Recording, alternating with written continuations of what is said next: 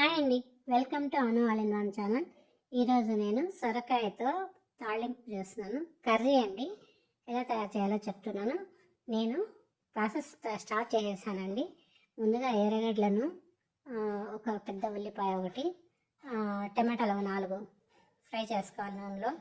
అంతకన్నా ముందుగా నేను డ్రై ఫ్రై చేసుకున్నానండి. పప్పులు, ఉద్దిపప్పు, ధనియాలు, శనగబాళ్ళు, కొద్దిగా ఎండుమిరపకాయలు 4 ఎండుమిరపకాయలు, ఇవి చల్లార్చి పక్కన పెట్టుకోవాలి. అలాగే ఎర్రగడ్డలు, టమాటాలు బాగా వేయించి పక్కన పెట్టుకోవాలండి. ఇవి బాగా వేగిపోయిన తర్వాత మిక్సీ జార్లోకి పక్కకి తీసి పెట్టుకునేసాను. అలాగే పప్పులు కూడా పక్కకి తీసి పెట్టుకునేసాను. ఇవి బాగా చల్లారాలండి. చల్లారేలోపు మనము సొరకాయలను వేయించుకునేస్తాం. సొరకాయ ముక్కల్ని అందులో కొద్దిగా నూనె వేసుకొని, కొద్దిగా నూనె వేసి వేడి అయిన తర్వాత సాసవలు అలాగే కరివేపాకు వేసేసి అవి బాగా చిటపట్టలాడిన తర్వాత సొరకాయ ముక్కలు వేసేసి నిదానంగా సన్నని మంట మీద వేయించుకోవాలండి. సొరకాయలో నీళ్ళు ఎక్కువగా ఉంటాయి కదా, ఆ నీళ్ళన్నీ ఇమిరిపోయేంత వరకు లో టు హై మీడియం ఫ్లేమ్లో అడ్జస్ట్ చేసుకుంటూ వేయించుకుంటూ ఉండాలి. ఈలోపు ఈ పప్పులన్నీ వేయించుకున్నాం కదా, ఆ పప్పులని అలాగే ఈ టమాటాలని మనము మిక్సీ పెట్టుకోవాలి. టమాటా ఎర్రగడ్డల్లో కొద్దిగా జీలకర్ర వేసుకోవాలి. చాలా టేస్టీగా ఉంటుందండి.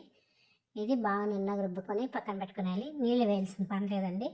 చూసారు కదా, ఇలా అయిపోయింది.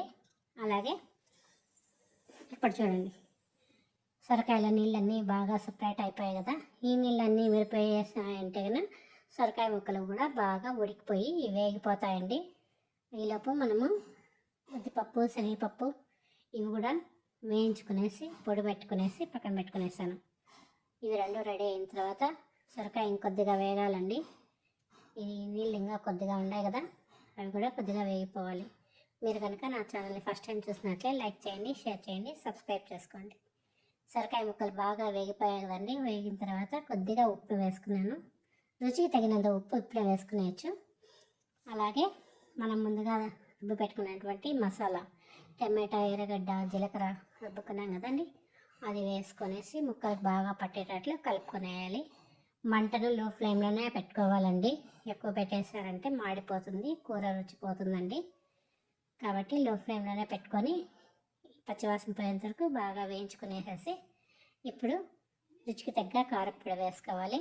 కారం పొడి అయితే నేను 1.5 స్పూన్ వేసానండి.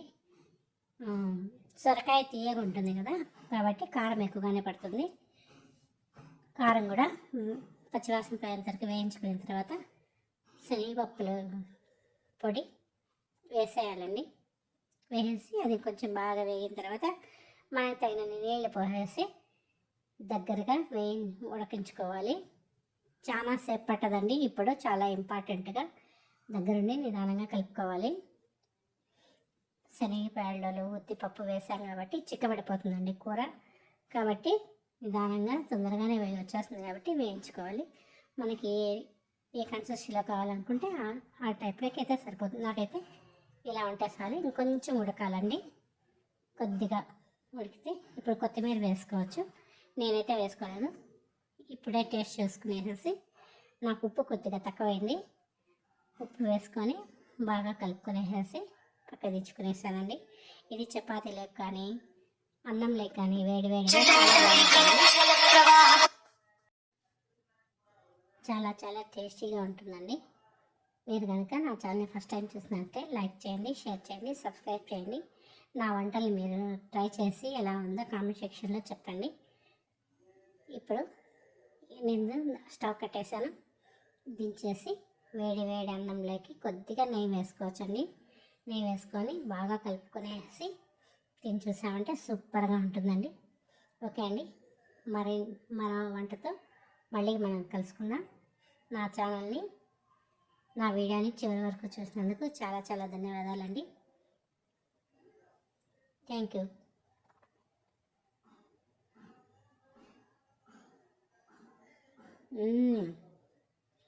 చాలా సూపర్గా ఉందండి.